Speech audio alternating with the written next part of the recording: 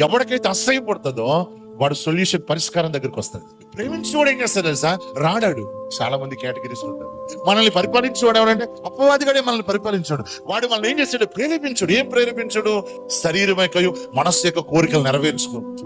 ఎటువంటి కోరికలు అంట? దేవుడికి విరుద్ధమైన కోరికలు అంట. దేవుడికి విరుద్ధమైన కోరికలు ఏంటి? ప్రేమించకపోవటం, ద్వేషించటం, వ్యభిచారం, తప్పుడు ఆలోచనలు, పాపపు ఆలోచనలు, ఇవన్నీ మంచివన్నీ దేవుడి, చెడి అని అపవాది. సో ఇప్పుడు మనం ఏం చేస్తాడు? చెడు చేయడానికి మనల్ని ప్రేరేపిస్తున్నాడు. ఈ ప్రేరేపించినప్పుడు ఎవరికైతే వాడు చేసే పనులు అసహ్యం పుట్టి నన్ను ఎవడరా విడిపిస్తాడు అన్నవాడు ఎవడవుతాడో వాడు యేసుక్రీస్తు దగ్గర పరిగెట్టుకుంటూ వస్తాడు. ఎప్పుడైతే పరిగెత్తుకుంటూ వచ్చినప్పుడు ఆ వెలుగు ఏం చేస్తుందంటే వాడిని సంపూర్ణంగా విడుదల చేస్తుంది. ఇప్పుడు ఏమైంది? అపవాది చేత నడిపించబడుతున్నవాడు చీకటి ఇప్పుడు యేసుక్రీస్తు దగ్గరికి వచ్చాడు. ఎప్పుడైతే యేసుక్రీస్తు దగ్గరికి వచ్చాడో నడిపించేవాడు మారాడు. నేను ఉదాహరణ ఎగ్జాంపుల్ చెప్తాను.